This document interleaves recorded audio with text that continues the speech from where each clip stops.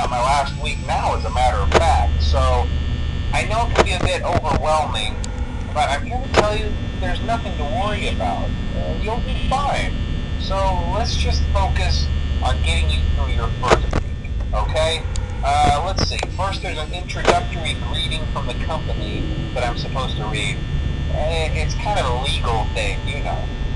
Welcome to Freddy Fazbear's Pizza, a magical place for kids and grown-ups alike, where fantasy and fun come to life. Fazbear Entertainment is not responsible for damage to property or person. Upon discovering that damage or death has occurred, a missing person report will be filed within 90 days or as soon as property and premises have been thoroughly cleaned and bleached and the carpets have been replaced. Blah, blah, blah. Now, that might sound bad, I know, but there's really nothing to worry about. The animatronic characters here do get a bit quirky at night, but do I blame them? No. If I were forced to sing those same stupid songs for 20 years and I never got a bath, I'd probably be a bit irritable at night too. So remember, these characters hold a special place in the hearts of children and we need to show them a little respect, right? Okay. So just be aware, the characters do tend to wander a bit. They're left in some kind of free roaming mode at night.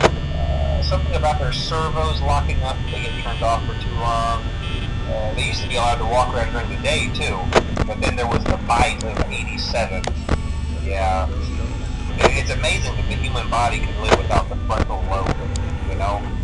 Now, concerning your safety, the only real risk to you as a night watchman here, if any, is the fact that these characters, if they happen to see you after hours, probably won't recognize you as a person. They'll most likely see you as a metal endoskeleton without its costume on. Now, since that's against the rules here at Freddy Fazbear's Pizza, they'll probably try to forcefully stuff you inside a Freddy Fazbear suit. Now, that wouldn't be so bad if the suits themselves weren't filled with cross beams, wires, and animatronic devices, especially around the facial area. So you can imagine how having your head forcefully pressed inside one of those could cause a bit of discomfort and death.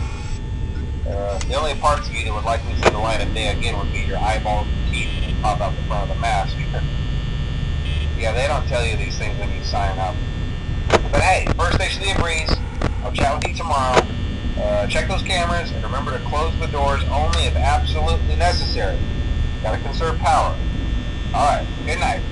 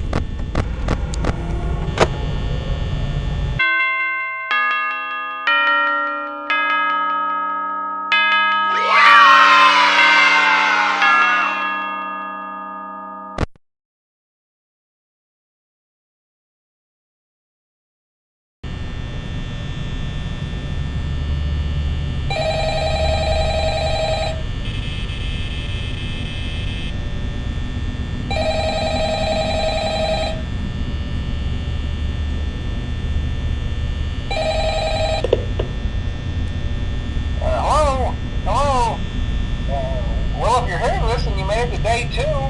Congrats. I won't talk quite as long this time since Freddy and his friends tend to become more active as the week progresses.